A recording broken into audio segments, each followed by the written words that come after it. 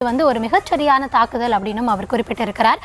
முன்னதாக விவரங்களை வழங்கி கொண்டிருந்தார் எம்முடைய செய்தியாளர் ராஜேஷ். தொடர்ச்சியாக நம்ம பார்த்துட்டு வரும் பாகிஸ்தான் தரப்புல அப்படி ஒரு தகவல் கூறப்பட்டாலும் இந்தியா என்ன மாதிரியான ஆலோசனைகளை மேற்கொள்வாங்க அப்படின்னாலுமே தற்போது வரையும் எடுக்கப்பட்டிருக்கக்கூடிய இந்த நடவடிக்கைகள் தொடர்பாக பிரதமரும் பெருமிதம் தெரிவித்திருக்கிறார்.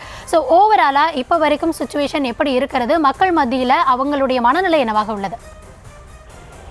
ஒட்டுமொத்தமாக இந்திய மக்களுடைய மனநிலையை பொறுத்தவரையிலே ஒரு ஆறுதலான ஒரு மனநிலையில தான் இருக்கிறார்கள். நமக்கு தெரியும், எந்த விதமான ஒரு தவறிலும் ஈடுபடாமல் ஒரு சுற்றுலாவிற்காக சென்ற அந்த குடும்பத்தை சார்ந்தவர்கள் 26 பேர் சுட்டுக் கொல்லப்பட்டது என்பது நாடு முழுவதும் ஒரு மிகப்பெரிய அதிர்ச்சியை ஏற்படுத்தியிருந்தது. எந்த தவறும் செய்யாதவர்களை, அப்பாவி பொதுமக்களை, நீங்கள் எந்த மதத்தை சேர்ந்தவர்கள், நீங்கள் இங்கெல்லாம் வரக்கூடாது என்று சொல்லி அவர்களை ஆவேசமாக பேசி அவர்கள் குடும்பத்தார் முன்னிலையிலேயே, அவர்கள் மனைவி முன்னிலையிலே கணவனை கொள்வது, சகோதரிகள் முன்னிலையிலே அந்த இளைஞர்களை கொள்வது போன்ற அந்த துப்பாக்கி சூடெல்லாம் நடைபெற்றிருக்கிறது. அது மட்டும் இல்லாமல் அவர்கள் சொல்லி அனுப்பியதாக பிறகு அங்கு பாதிக்கப்பட்டவர்கள் பேட்டியாக கொடுத்தார்கள். நாங்கள் ஏன் உங்களை உயிரோடு அனுப்புகிறோம் என்று சொன்னால், நீங்கள் சென்று உங்களது அரசாங்கத்திடம் சொல்லுங்கள், நாங்கள் இப்படியெல்லாம் செய்தோம் என்று சொல்லி என்று இந்திய அரசாங்கத்திற்கு, இந்திய இராணுவத்திற்கு, இந்திய தலைமைக்கு சவால் விடுக்கக்கூடிய வகையிலே, ஆத்திரமூட்டக்கூடிய வகையிலே அந்த தீவிரவாதிகளுடைய செயல்பாடுகள் இருந்திருக்கிறது.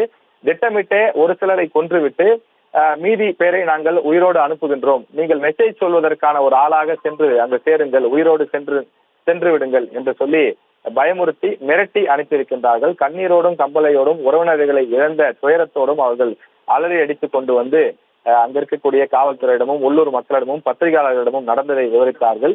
அதை பார்ப்பதற்கே மிகப்பெரிய ஒரு வருத்தமாக இருந்தது. இந்த நிலையிலேதான் திட்டமிட்டு ஒரு 15 நாட்களில் பதிலடியை, ஒரு மரண பதிலடியை, ஒரு தக்க பதிலடியை இந்திய ராணுவம் அவர்களுக்கு கொடுத்திருக்கின்றது. அதைத்தான் நாம் தொடர்ச்சியாக காலையிலிருந்து பார்த்துக் கொண்டிருக்கிறோம். பஹல்காமில் நடத்தப்பட்ட அந்த தாக்குதல் ஏப்ரல் 22 நடத்தப்பட்டது. அப்போதிலிருந்து ஒரு 15 நாட்களில் தற்போது இந்த சிந்தூர் என்று சொல்லக்கூடிய அந்த ஆபரேஷன் வெற்றிகரமாக நடத்தி முடிக்கப்பட்டிருக்கிறது. எப்படி எங்களுடைய இந்திய நாட்டு பெண்களுடைய குங்குமத்தை அழித்தீர்களோ அதே பெயரிலே உங்கள் தூக்கத்தை, உங்களது உயிரை நாங்கள் பறிக்கிறோம் என்ற வகையிலே தான் இதற்கு அப்படி ஒரு பெயர் சூட்டப்பட்டிருக்கின்றது. எனவே அந்த இடத்திலே நடத்தப்பட்ட அந்த 9 இடங்களில் நடத்தப்பட்ட அந்த தாக்குதலிலே குண்டுமழை பொழிந்து அந்த தீவிரவாதிகளுடைய முகாம்கள் தகர்க்கப்பட்டிருப்பதாக காலையிலே பத்திரிகையாளர் சந்திப்பிலே தெரிவிக்கப்பட்டிருக்கின்றது. பிரதமர் நரேந்திர மோடி அவர்களும் இது மிக சரியான தாக்குதல், மிக சரியான பதிலடி, இது குறித்து நான் பெருமிதம் கொள்கிறேன் என்றும் அவர் குறிப்பிட்டிருக்கிறார். வழக்கமாக ஒரு உயிரை கொல்லுவதோ ஒரு போர் என்பதோ எந்த நாடுகளும் ஏற்றுக்கொள்ளாதுதான் என்றாலும் இது தீவிரவாதம். நாம் இந்த தீவிரவாதத்தினால் என்ன மாதிரியான பாதிப்புகள் ஏற்படும் என்பதற்கு அந்த சமீபத்திய உதாரணம் தான் பஹல்காம். இது போன்ற பல தாக்குதல்களை இந்தியா எதிர்கொண்டிருக்கின்றது. தினசரி இந்தியாவினுடைய அந்த எல்லைகள், குறிப்பாக காஷ்மீர் பகுதிகள், இது போன்று பயத்துடனே அங்க இருக்கக்கூடிய மக்கள், சுற்றுலா பயணிகள், ராணுவ வீரர்கள் வாழக்கூடிய அச்சம் மிகுந்த நிலைதான் தொடர்ந்து இருந்து கொண்டே இருக்கின்றது. இதற்கு ஒரு முற்றுப்புள்ளி வைக்க வேண்டுமானால் இது போன்ற பதிலடி தாக்குதல்கள் காலத்தின் கட்டாயம் அவசியம். இந்தியா போன்ற ஒரு வலிமையான நாடு, இந்தியாவில் மிக சிறந்த அந்த ஆயுதங்கள் எல்லாம் இருக்கிறது என்று சொல்லப்படக்கூடிய நிலையிலே அவற்றை பயன்படுத்த முடியும். எங்களால் இப்படி கூட பதிலடி கொடுக்க முடியும். நாங்கள் ஆனால் அமைதியைத்தான் விரும்புகிறோம், நாங்கள் வளர்ச்சியை விரும்புகிறோம். எங்களுடைய நோக்கம் போர் அல்ல.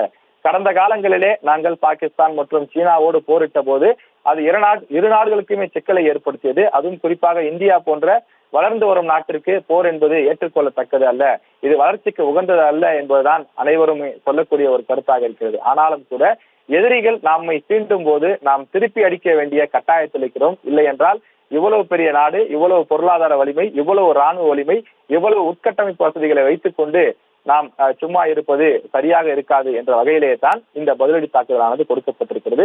ஒட்டுமொத்தமாக நாடு முழுவதும் எந்த அரசியல் ஆச்சரியங்களுக்கும் எந்த அரசியல் முரண்பாடுகளுக்கும் அப்பாற்பட்டு அனைவருமே இந்தியாவினுடைய இந்த பதிலடி தாக்குதலை வரவேற்கிறார்கள். தீவிரவாதிகளை ஒடுக்க வேண்டும், அவர்களை முற்று முழுதாக துடைத்தெறிய வேண்டும் என்பதுதான் ஒட்டுமொத்த இந்தியர்களுடைய எண்ண ஓட்டமாக இருக்கின்றது.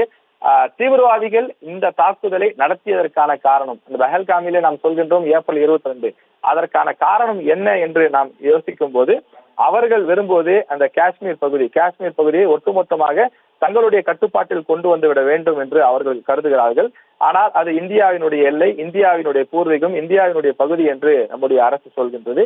எனவே இந்த பிரச்சனையின் காரணமாகத்தான் ஏற்கனவே கூட கடந்த காலங்களில் இது போன்ற பிரச்சனைகள் நடைபெற்றிருக்கின்றது. குறிப்பாக நாம் இதுல முக்கிய மூளையாக செயல்பட்டவர் என்று சொல்லக்கூடியது மசூத் அசார் என்று சொல்லக்கூடிய சர்வதேச தீவிரவாதி. இந்த சர்வதேச தீவிரவாதியை கிட்டத்தட்ட ஒரு 30 ஆண்டுகளாக இந்தியா ஒரு தேடும் குற்றவாளியாக அறிவித்திருக்கிறது. இந்தியா மட்டுமல்ல, சர்வதேச ஐநா மன்றம் கூட அவரை ஒரு தேடப்படும் குற்றவாளியாகவே அறிவித்திருக்கின்றது. சுமார் 30 ஆண்டுகளாக அவரை தேடக்கூடிய பணிகள் என்பது தீவிரமாக நடைபெற்று வருகின்றது. ஏற்கனவே இந்தியா வந்தபோது அவர் கைது செய்யப்பட்டிருக்கிறார். பிறகு கந்தகார விமானம் அந்த கடத்தப்பட்டு அதன் பிறகு அவர் விடுவிக்கப்பட்டார். அதெல்லாம் வரலாறு. எனவே அதன் பிறகு அவர் யாரிடமும் கைது செய்யப்படவில்லை. சிறிது காலம் அவர் வீட்டு காவலில் வைக்கப்பட்டிருந்தாலும் கூட பாகிஸ்தான் அரசினுடைய மறைமுக பாதுகாப்பிலே அவர் வளர்க்கப்பட்டார். அதன் மூலமாக பல தீவிரவாத இயக்கங்கள் உருவானது. நேரடி அமைப்பு, துணை அமைப்பு, இணை அமைப்பு என்று பலவிதமான தீவிரவாத அமைப்புகள் உருவானதாக குறிப்பிடுகிறார்கள். அந்த மசூத் அசாரை ஒழிப்பதற்கும் இந்திய அரசாங்கம் திட்டமிட்டு வருகிறது.